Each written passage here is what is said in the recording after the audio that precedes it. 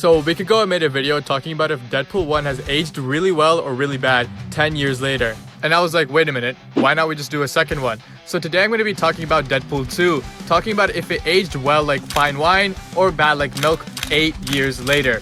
Anyways, onto the video.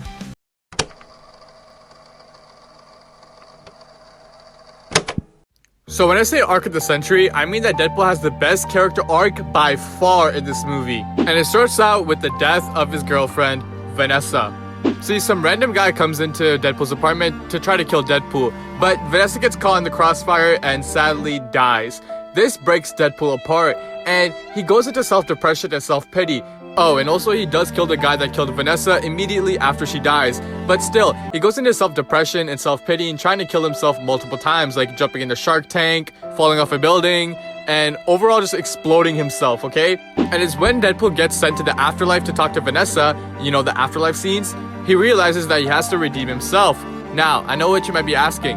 How does Deadpool redeem himself? Well, the answer to that, my friends, is through a kid named Fire Fist. You see, Fire Fist is a young mutant boy with fire powers, and he's completely alone. He has no family nor any friends, and gets sent to foster care, where he is tortured by the headmaster.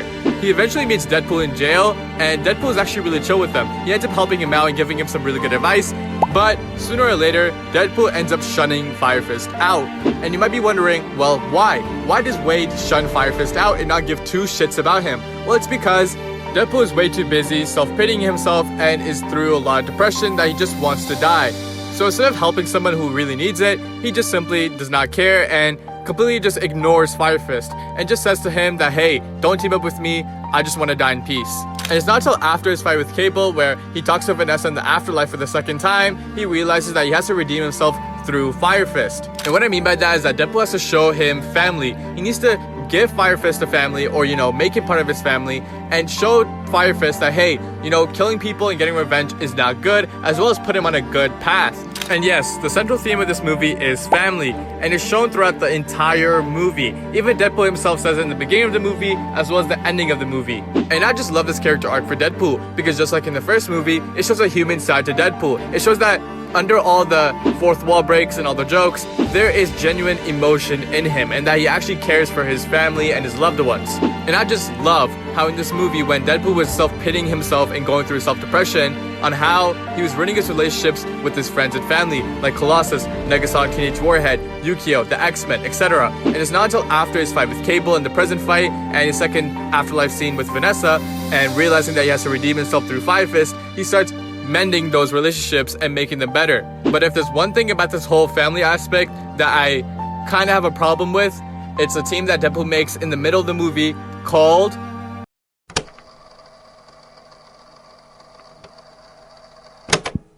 X-Force.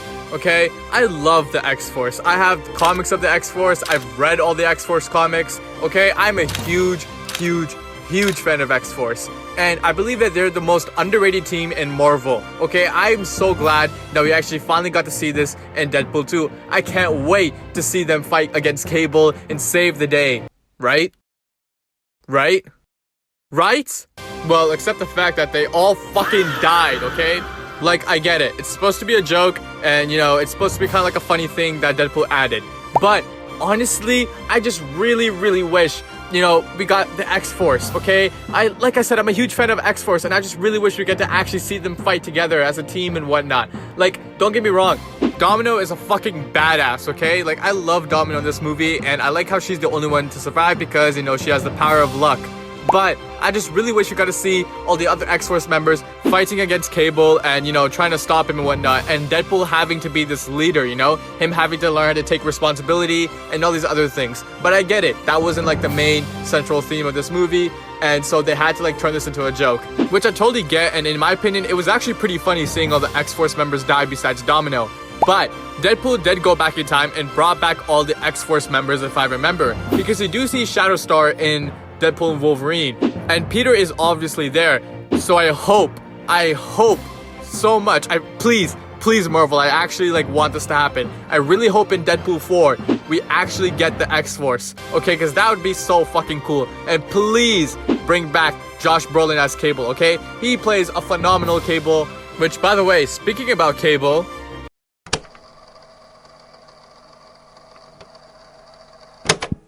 Cable is a huge upgrade compared to Francis from Deadpool 1, okay? He's a much better villain and perfectly contrasts Deadpool. And what I mean by that is that they're both broken people who lost their families. Except one wants to redeem himself while the other wants revenge. At the core, they're the exact same. They just have different views, perspectives, and morals to how they want to combat their situation. And I just love this type of conflict. It perfectly fits the movie really well, and I like to see them react with each other. But we also finally get to see the backstory about Cable. Well, not really, but just where he comes from and why he does what he wants to do, compared to Francis, who we did not know why he was taking disabled people who are like really sick, turning them into mutants and selling them on the black market. We had no idea why he was doing that. But with Cable, we know why he came back to the past to stop Fire Fist. It's because Fire Fist, when he grows up, is the same guy who kills Cable's family.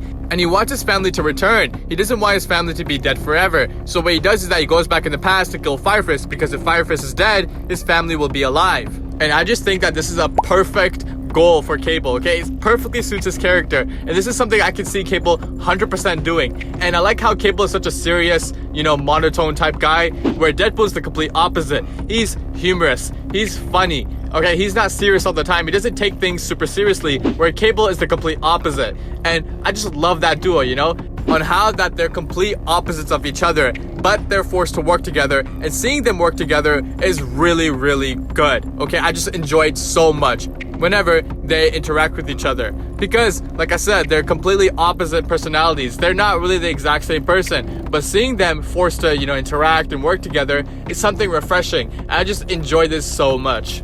So yeah, Cable is a major upgrade from Francis from the previous movie, and I think Cable is 100% a better villain than Francis by far. So now onto the big question: has Deadpool 2 aged well 8 years later? And in my opinion, it fucking aged very well, okay? In my opinion, I actually take Deadpool 2 over Deadpool 1 by many reasons, okay? Like I said, better villain, better central theme, better character arc for Deadpool, better fight scenes. I just enjoy this movie way more. And they have the X-Force too, which like I said, I'm a huge fan of that. So yeah, Deadpool 2 gets an easy 10 out of 10. I enjoy this movie so much. And like I said, the only one problem-ish I kind of have is the fact that they kind of wasted the potential of X-Force, but still, I don't really mind it. And yeah, I just really enjoy Deadpool 2 a lot, and I really hope in Deadpool 4 they do bring back the X-Force and Josh Brolin as Cable, because Cable is a very, very good villain, and Josh Brolin portrayed him very well. So yeah, thank you guys so much for watching this video. Please like and subscribe and comment down below if you think Deadpool 2 has aged really well or really bad 8 years later, and do you think Deadpool 1 is better than Deadpool 2, or Deadpool 2 is better than Deadpool 1? Anyways, see you guys in the next one. Have an amazing day. Bye.